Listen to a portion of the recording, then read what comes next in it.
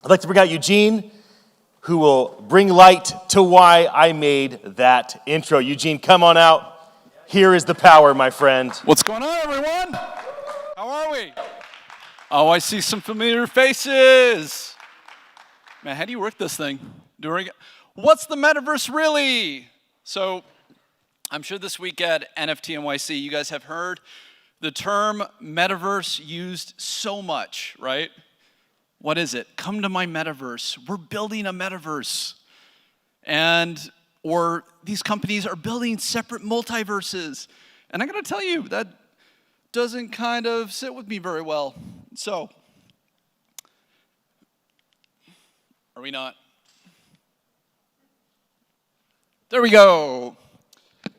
So, before I get into it, I do wanna take you back a little bit. Back to October 29th, 1969, when we had the very first computer-to-computer transmission. It was from UCLA to Stanford. And this moment brought about something we called the ARPANET.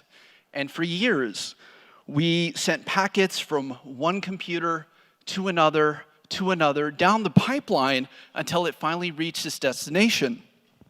Well, years later, we adopted this thing called TCP/IP standard, right? And that's actually the protocols that we use today on the internet.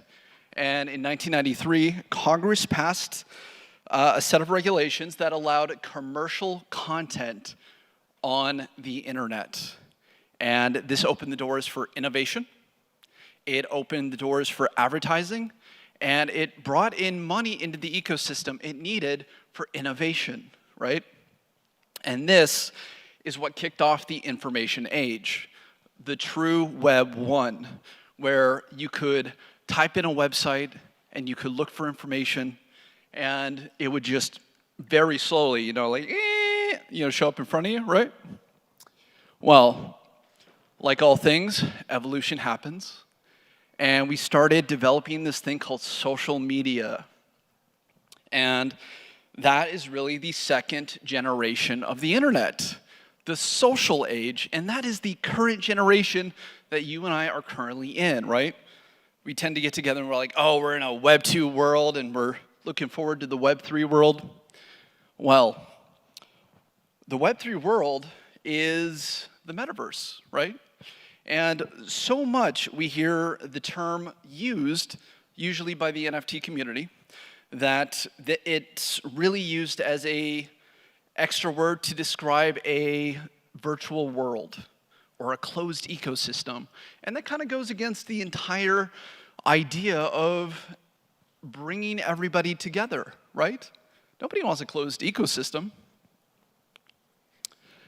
And one of the big reasons why it got turned into a buzzword is Facebook decided to become Meta, right? They wanted to guard the name. They wanted to gatekeep it. And a lot of people were like, yeah, they had a lot of negative connotations that they wanted to remove themselves from. And I have a little bit of a different idea. So this is called the social media life cycle. And it's something that I like to use to illustrate how social media companies can evolve and get adoption and can become successful. And it really goes into 4 phases. The first phase is the startup phase. I have an idea. I want to build an MVP. I want to bring some kind of new collaboration tool to the market where I see a need to be filled. And if it's a good idea, you might see it go to phase 2, which is seed funding, where companies actually go, hey, we love your idea, we want to be a part of it, here's a lot of money. You'll go through several rounds of seed funding and evaluations and probably eventually an IPO. And that's where you're reaching phase 3, growth, right? That's when you get the massive adoption. That's when news organizations start talking about what the CEOs of these companies are doing because it actually affects people. And the 4th is called the can't fail or critical mass. And what happens when you have a social media platform and you can't add any more users, right? people start leaving. Nobody wants to be on the same platform, or no kid wants to be on the same platform that their grandma is on. Grandma, you talk too much about your bunions. I'm leaving. I'm going to Snapchat. I'm going to TikTok. And they were like, okay, so since we can't go up, why don't we go sideways? So they bought this company called Oculus. They decided to get into augmented reality lenses. They launched a platform called Horizons. And this is all because they know exactly where the internet is evolving to, the metaverse. Now, there's a very smart guy by the name of John Radoff who created this thing called the 7 layers of the metaverse. Unfortunately, NFT NYC doesn't allow more than 10 words per slide, so some stuff is missing. So that's my bad. But when you get a chance, go onto Google, look up the 7 layers of the metaverse. It is one of the best illustrations of exactly how the entire ecosystem is going to be laid out, because the metaverse isn't a single platform. It's the entire internet and the underlying ecosystem of technologies that make it up. Now, because we are at NFT NYC, and our topic is NFTs, and so many of these projects are saying, we want to build a virtual world for our community, and they've probably heard me talk, go, is that still a good idea? I say absolutely, because there are so many beneficial aspects to virtual reality, to having virtual worlds. And whenever I get up on stage and I talk about the benefits of VR and XR, these are the 3 use cases I bring up. The first one is called helping burn victims. Now, the University of Washington and Harborview Burn Center got together and they created this amazing virtual program called Snow World.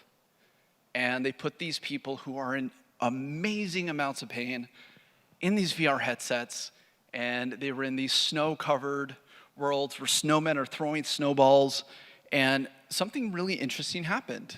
They reported feeling less pain. And some of them were actually even able to get off morphine altogether. And I think that's a huge accomplishment. The second use case I like to talk about is called memorable mice. So there was a guy named John O'Keefe, and in the 70s, he discovered that in your hippocampus, you have what are called GPS cells. And that is your evolutionary response to being able to find your way back home at the end of the day. So when you get in your car, they fire off. When you get to the edge of the block, they fire off. When you get to the highway, they fire off. So you can get home to your ancestral dwelling, whether that's your hut, your longhouse, your cave, your village. And some very smart people ran this as a simulation on mice. And what we found out is that section of the hippocampus that has your GPS cells, when you are in a virtual environment, they fire off more frequently and more randomly. So there's actually an estimated up to 30% higher memory retention when you're in virtual reality. So if you ever want to, say, learn a new skill, learn a new language, try to develop better eye-hand coordination, do it in VR, because it'll be so much easier.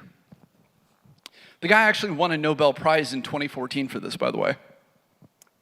And the last thing, or the last example I like to bring up, are called happy cows.